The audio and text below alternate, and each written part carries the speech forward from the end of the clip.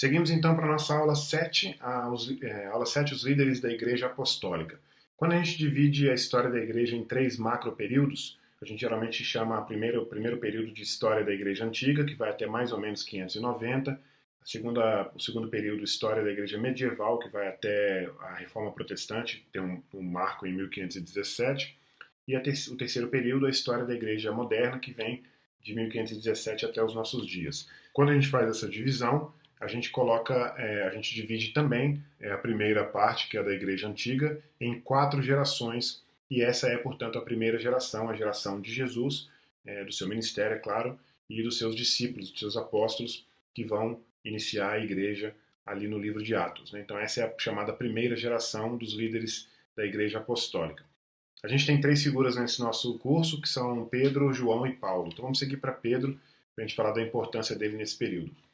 Pedro aparece como líder da igreja, sua liderança na igreja aparece mesmo antes de Pentecostes, ali em Atos 1,15, de 1,15 em diante, quando Pedro percebe que por causa da ausência de Judas era preciso votar, era preciso eleger um substituto para Judas, e aí lança-se sorte ali, e Matias acaba sendo, portanto, escolhido como sucessor de Judas. Isso é uma apresentação ali já, uma demonstração de Pedro como líder da igreja, né? Os primeiros 15 capítulos de Atos, é claro, Pedro é protagonista nesses primeiros 15 capítulos, onde a gente percebe a sua realização de milagres, né, o seu desafio às autoridades ali, quando ele dizia que era mais importante, importava mais obedecer a Cristo do que as autoridades, quando as autoridades tentavam impedi-lo, e Paulo também os demais, de pregar o evangelho, né? A questão da disciplina de Ananias e Safira também como modelo ético, como modelo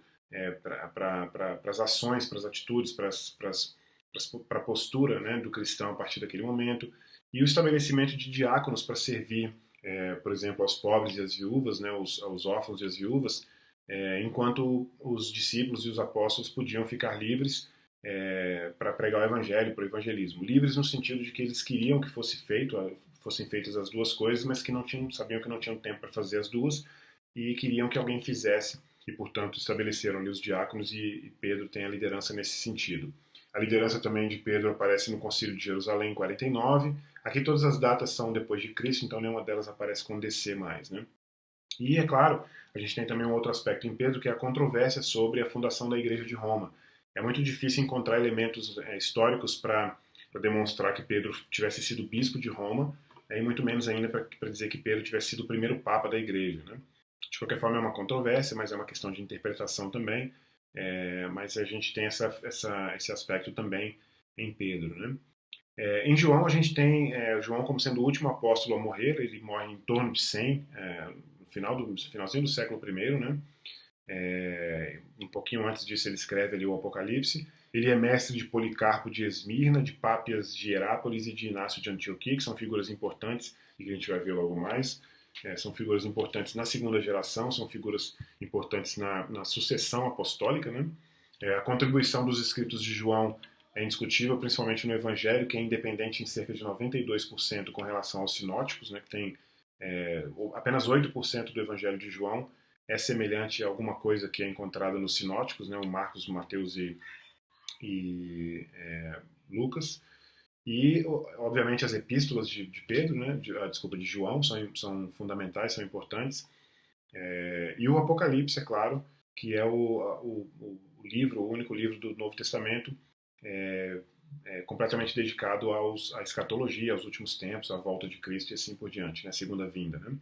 É claro que também em termos de doutrina e de ensinamento, o Logos é importante. O Logos não era exatamente uma novidade naquele período, mas é importante porque ele aparece em João de forma muito, muito importante e distinta também das demais formas que a gente vai ver posteriormente. E a questão do ensino do Espírito Santo também é importante em João. Então, desses três, Pedro e João já aparecem como importantes nesse período.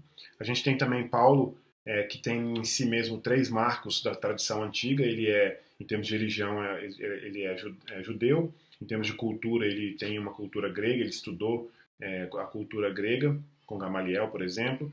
E a cidadania romana também, que inclusive ele utiliza para se proteger e para avançar com o evangelho. Ele é um missionário aos gentios, como é comum dizer. E a justificação pela fé no Concílio de Jerusalém, em 49, também é algo importante que vai transformar a teologia da igreja a partir de então, né? Teologia do cristianismo.